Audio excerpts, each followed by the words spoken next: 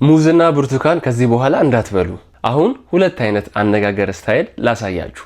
ሙዝ እንደምታዩት ከለሩ ቢጫ ነው። ልጣጩን ብልጠው የሚበላ ነገር አገኛለሁ። ብርቱካንም በተመሳሳይ መልኩ ቅርፊቱን ከላትኩት በኋላ ውስጡ የሚጣፍጥ የሚበላ ነገር አለው። እንዲሁም ደግሞ ፍሬዎች አሉት። ሰው አወጣቸዋለሁ። አሁን በምን መልኩ ነው ያወራሁት? ቀጥታ ቱ ዘ ፖይንት ነው የገባሁት። ስለ ከለሩ አወራሁ። ሲላጥ ደግሞ ምን እንደማገኝ አወራ። አሁን ደግሞ ፕሮፌሽናል የሆኑ ተናጋሪዎች የሚያወሩበትን ወይ ልንገራችሁ። ምድራችን ላይ ያሉ ከሚባሉ ፍሩቶች መሃል በዋነኝነት የሚጠቀሰው ሙዝ ነው።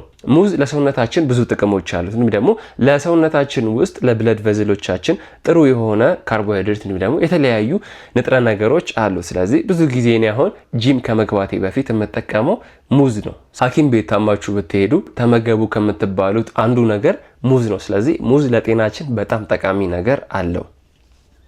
ብርቱካን ምድራችን ላይ ያሉ ከሚባሉ ፍራፍሬዎች መሃል ብርቱካን በዋነኝነት ይጠቀሳል። ብዙ ጊዜ እኛ ሰዎች ቸኮሌትና አርቲፊሻል ነገር እንበላለን እንጂ ትክክለኛ ጣፋጭ ነገር ከፈለግን ከብርቱካን እናገኛለን።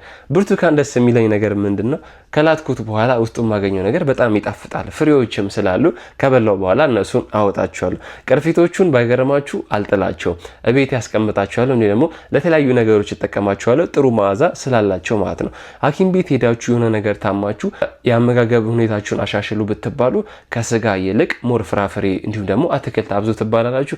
ከነዛ መሃል ደግሞ ብርቱካን አንዱ ተጠቃሽነት አለው ማለት ነው፣ እንዳትረሱ።